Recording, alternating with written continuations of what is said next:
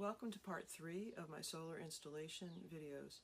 I'm Beth. I'm an ABYC certified tech, and I'm here to just explain a few things about solar. In part 1 we went over some boat math and talked about what you might consider when you're planning your solar installation.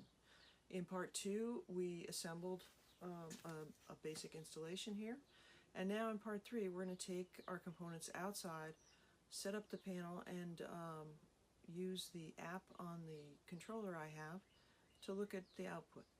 So stay tuned for that. So if this were HGTV, we'd be calling this the big reveal. Instead we're calling it Beth's Basement. Stick the solar panel out the basement door and see what happens. So I've got my battery, got the panel here that we wired.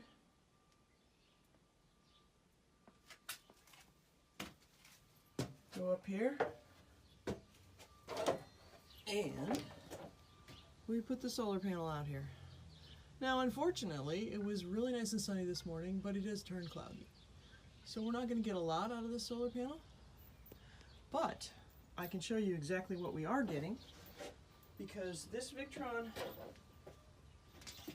MPPT controller has a super duper feature. That's the controller that I have, and it has an app and a Bluetooth connector. So let's get a good angle here. You can see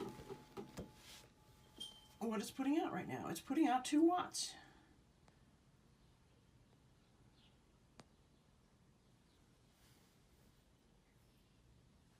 I'm getting 0.2 amps into my battery right now.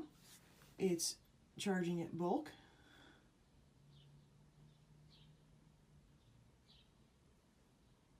And I am getting a little charge, even though it's very cloudy.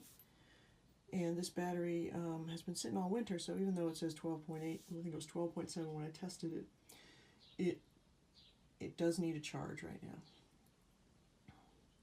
So everything's working. And if you look on this app down here, you can see that it will keep track day by day of what I get from this panel. And I find this really useful in my panels that I have on my boat. I can check and see what's going on a daily basis, and I can see the state of charge of my batteries. And I can, you know, if one of them isn't putting out what I think it should be, I go up there and look, and maybe there's some bird splatter, or maybe there's just something shading it that, you know, one of my antennas is just shading it at that moment. So it's a good way to check, and it's a great thing to look back that, you know, the last couple days have been cloudy. Have my batteries gotten up to a good charge or not?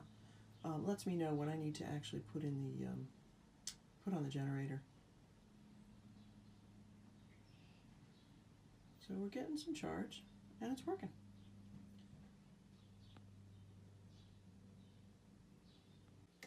So that little 50-watt panel is not going to run a refrigerator or anything too fancy. But what I need it for on my little 21-foot boat that's going on the mooring is to keep the battery topped off, because that boat unfortunately has some rainwater leaks that I have not chased down yet. And I need to keep the automatic bilge pump able to run after a rain, and that's really my goal. And I think this little charger is going to do that great. And then when I go sailing, I can just put it in the lazarette and go sailing. So there you have it. That's part number 3, and I hope you enjoyed this series. And